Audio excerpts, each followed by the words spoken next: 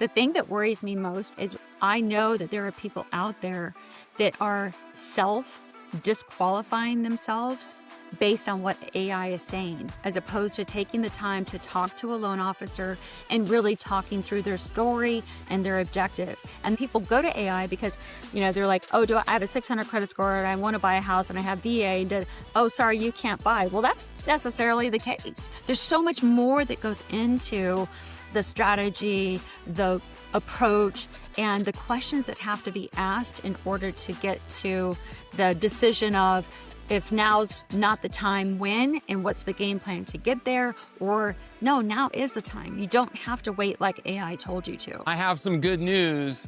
AI isn't coming for your career, it's coming for your to-do list. AI doesn't make great loan officers obsolete, it makes them unstoppable.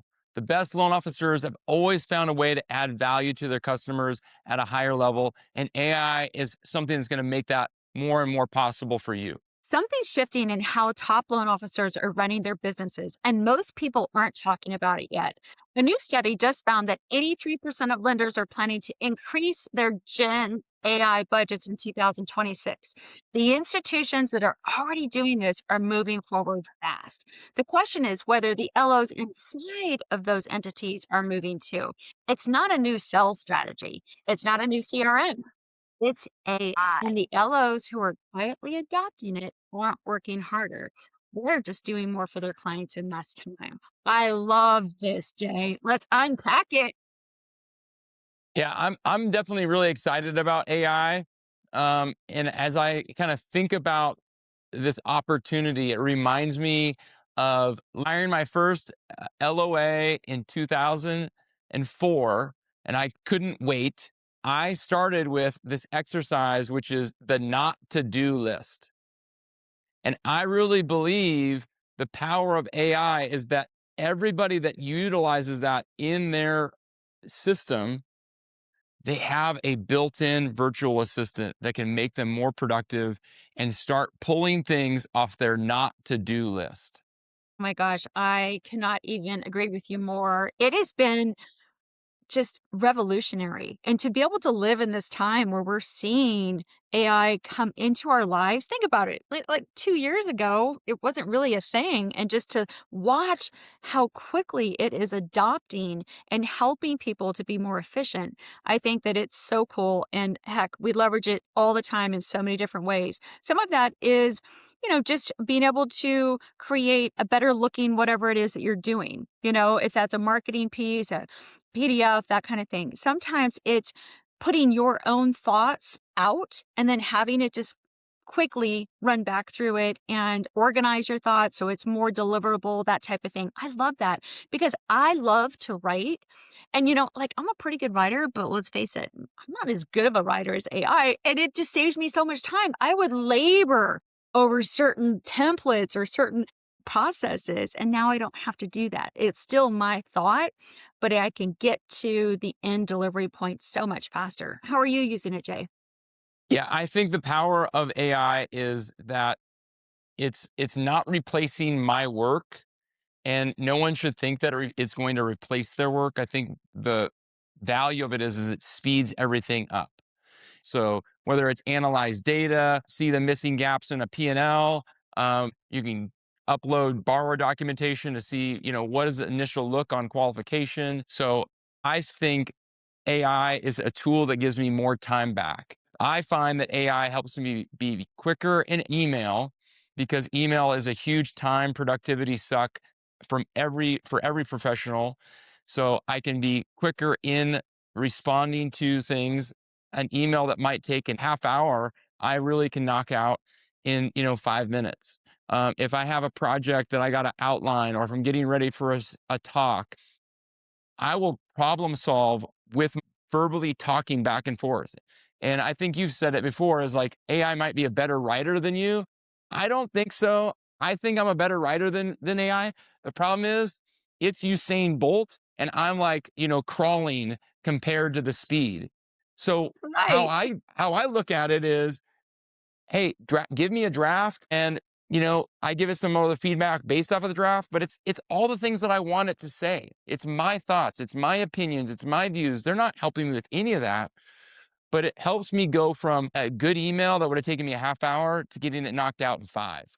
Well, that's the key. It just saves so much time, and it's being able to get your thoughts into it and help it produce those and get those out to delivery mode so much faster. And that's what I mean by that efficiency and helping me write. It's not really helping me write. Everything I do is my own thought, but man, it can just put it together, put the bow on it, get it out so much faster. I appreciate that. All right. So we're talking about like all the good things that we're experiencing right now with AI, but what are some of the negative implications of AI that you're seeing, Jay? Well, I think one of the things is that people are using it as their source of information, which is fine. But if it's believed as fact and truth, that's wrong, right? It's still going to the internet and it's scanning quickly for all the data points, and that doesn't know whether it's valid or not. And so I think the big thing is understanding that more and more people are going to be coming to your consultation, coming to you with more information, and they're going to be, quickly informed. And whether that's the right information or the wrong information, that's probably going to depend, on the luck of the draw. But I think the biggest thing that we have to remember is, why do people make decisions? Feelings or facts? People make decisions based off of feelings. And so the machine can't make them feel any which way or another. But if you're having great consultations, you're never going to be replaced, because the machine doesn't bring emotional intelligence. The machine, I actually kind of think my AI bots are pretty good listeners, but at the end of the day, they're not going to they've never bought a home before. They haven't helped thousands of people finance homes.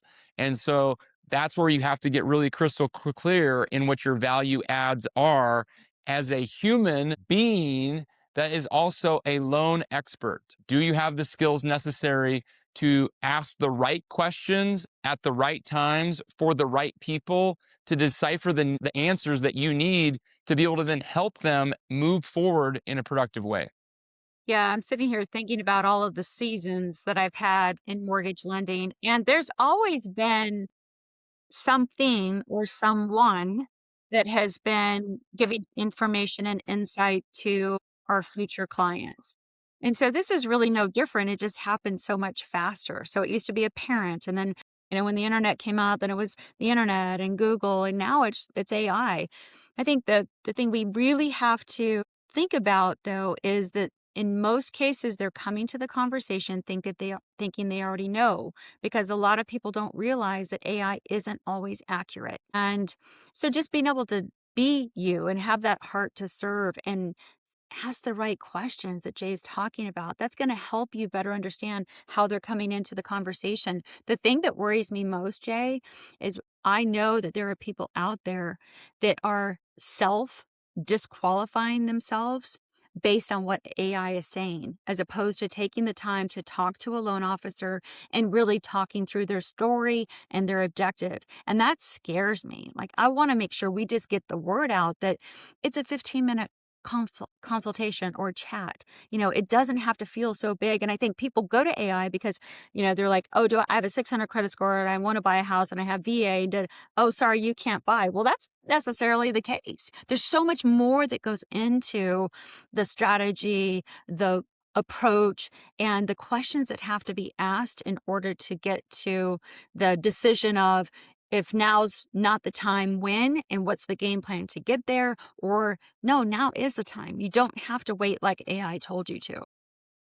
I think you brought up a huge thing: emotional safety.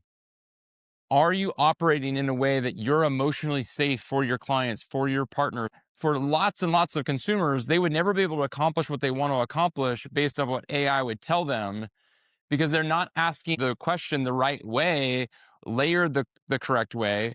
And that's where I think some of these tools are valuable. When you have a lot of information, you pose it correctly, then you can get the answer that you're hoping for but you have to have the expertise that you and I have in our profession. No different than, a doctor probably could benefit from AI. And so the reality of it is the human element and the knowledge you possess combined is an unbeatable combination. And so it's just a call to action of be a pro, like be really good at what you do, be really good at knowing as new products come out, like know those inside and out, because that's what the game changer is going to be. Yeah. Absolutely. And it can also review your process and just bring some type of efficiency to evaluating how you approach your day. I mean, like it's so useful in so many different areas like that. A couple closing thoughts. One, I think it's just important to realize that the information is only as good as whatever's out there. So making sure that the prompts are on point and that you own whatever it is that you're taking from AI. So as Jay is saying, he's working through it. At the end of the day, when he sends that email or he sends that presentation, it's his thoughts, it's his ownership, and not saying, well, sorry, that was AI. I think it's just really important to say that, you know? And lastly, I do think that it's really important to keep in mind, especially in financial services, that we are not using public domains or AI for anything that has to do with proprietary information. And so when Jay made mention that he would stick it, some type of income thoughts through AI, that's behind our firewall. That's in our enterprise system that is not a public domain. So again, and as much as it's so cool and there's so many really great benefits to it, we have to be smart and we have to be thoughtful about the tool and how it acts, behaves, and how it learns. So where do we go for the next 90 days? Think about what are some tasks that really slow you down?